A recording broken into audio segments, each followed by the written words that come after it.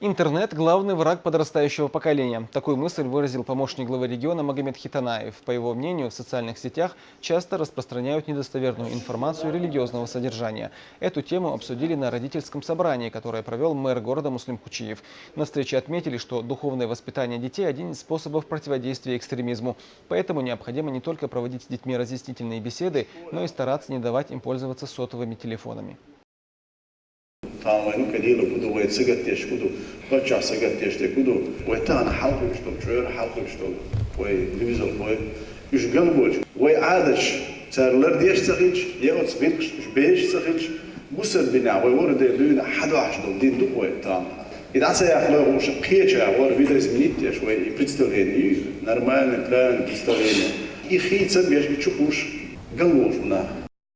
Градоначальник сказал, что каждый может обратиться к нему за помощью. Сами родители поддерживают действия местных властей и готовы к совместной воспитательной работе с молодежью.